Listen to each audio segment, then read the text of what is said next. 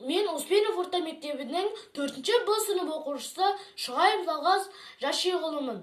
Абай Құнанбаев қыз. Ақ киімді, денелі, ақ сақалды, соқыр, мылқау, танымас тірі жанды, үсті басы ақ қырау, түсі суық, басқан жері сықырлап келіп қалды. Дем алысы үскірік, аяз бен қар, кәрі құдан қыс келіп әлек салды.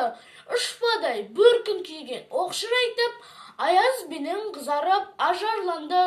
Бұлттай қасы жауып екі көзін, басын сілкісе қар жауып мазаңдалды. Борандай бұрқ-сырқ етіп долданғанда, алты қанат ағырда үй шайқалды. Әуес көріп жүрген жас балалар, беті қолы домпығып үсік шалды. Шидеммен тон қабаттап киген малшы бет қарауға шыдамай теріс айналды. Қар тепкенге қажымас қайран жылқы тыйтығын қыруына азақ қалды. Қыспен бірге тұмсығын салды қашқыр, машыларым қорқыма итке малды.